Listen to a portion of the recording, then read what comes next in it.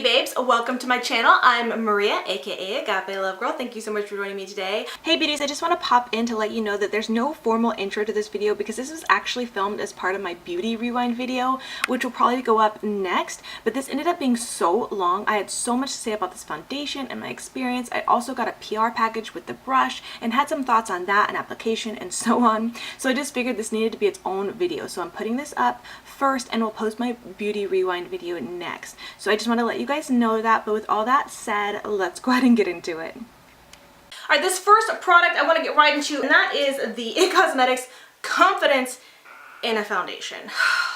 You guys, this foundation has been just a mystery to me. Oh, by the way, if you haven't seen, I did do kind of like a first impressions, a wear test video. Check it out. It's kind of longer, but I did several wear tests and blah, blah, blah. Anyways, since then, I have really put this foundation to the test pretty much all month because I just, like I said, it's just been a mystery to me.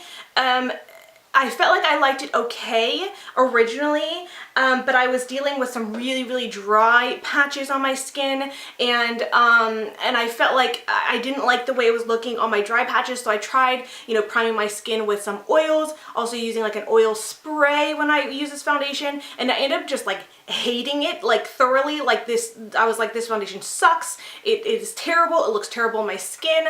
I don't know what the heck. I tried it with different brushes. I tried with sponges, different moisturizers and things like that, and I'm like, this foundation just looks terrible on me. By the way, I'm wearing it on my face today. I feel like it looks pretty good today. I tried a different method. I'll talk about that in a minute. And I just was like, I don't know what the heck. I did mention in my first video that I picked out the wrong shade, a shade that's a little bit too light. I got, and I purchased it myself just so you guys know, the shade 145 Light Tan Warm. Was too light for me. I thought maybe that was part of why I wasn't really loving the way it looked on me, so I did reach out to their customer service. Their customer service is actually really great. I talk about that in my video as well. And I was able to get a new shade sent out to me in the shade 210 Medium Sand Warm. Again, another warm tone. And this one is like pretty much the lightest warm tone of the medium range. And the first one I got was like the darkest warm tone of the light range, but I felt like medium sand and light tan were just very similar. Actually, I have them on my wrist right now, and I'll insert some close-ups for you to see. The lightest one is closest to my tattoo, medium sand is in the middle, and they're very similar. Obviously, medium sand is a little bit darker, but I just felt like, oddly enough, it was just still a little bit too light on me.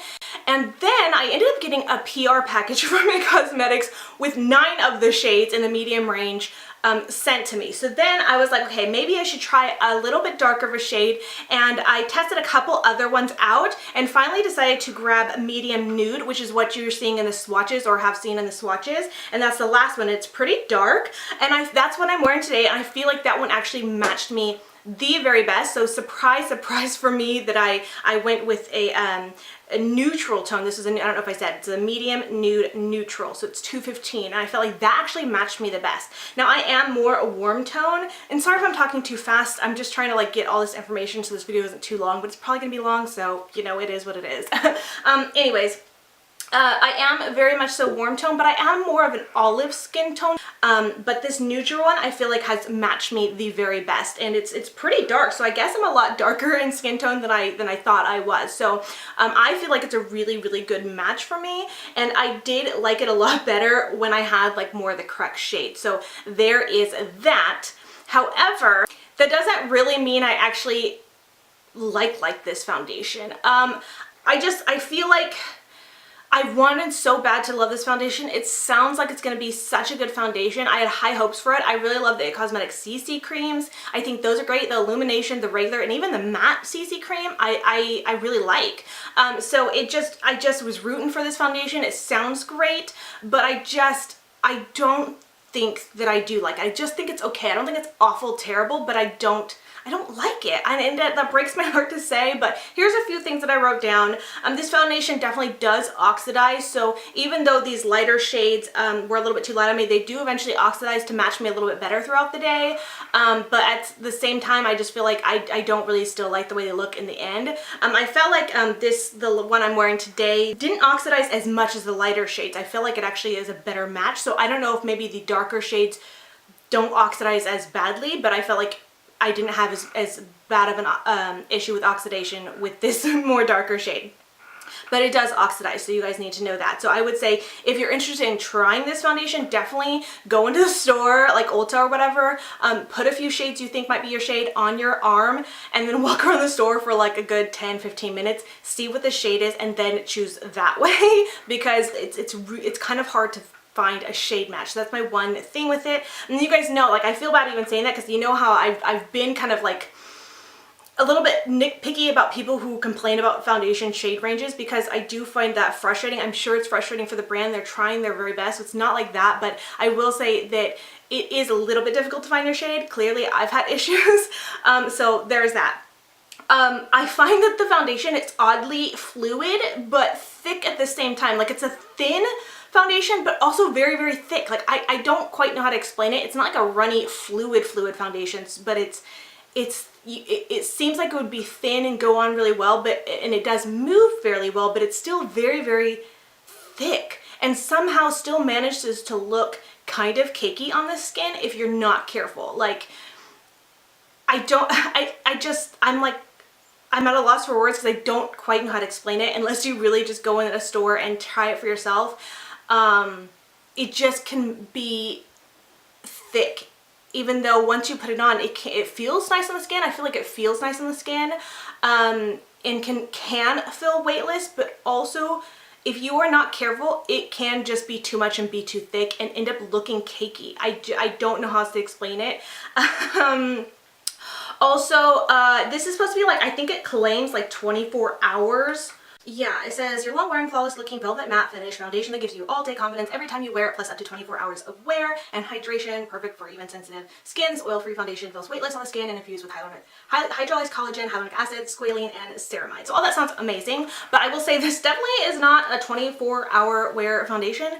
For me personally, and I really, really tried. Every time I wore this foundation, I made sure to try to put it on pretty early in the morning, around 8 or 9, maybe 10 at the latest, but for me that's pretty early. To put on makeup, I mean. And I found that like the longest it lasts is really about 8 hours, and then by the 8-hour mark it tends to look just not great. It doesn't look fresh. It definitely looks, what was that? I heard something. Anyways, it definitely looks like just not great. It kind of like cracks up, even though it claims that it's not supposed to crack up or crease up or anything like that. It does. So I just don't feel like it looks great. I mean, past 8 hours. Also, when I touch it, I feel like I'm going to move or disturb it. So that's something I don't like. I like a foundation that like where I can touch it and I don't feel it, and I don't feel like it's gonna budge or move like if I go like this, because I do touch my face a lot. I really try not to, but I like a foundation that I can touch my face with and it's not gonna budge. And I felt like even though this does dry down and feels nice on the skin, I will say that it does feel pretty weightless. It does feel like it's not there like on your face, but if you touch it, not right away, because right now I feel like it feels fine, but like give it like 3 or 4 hours, maybe 5-hour mark. If I go to touch my face, I do feel like I might wipe away. Like it literally feels like I could wipe it away.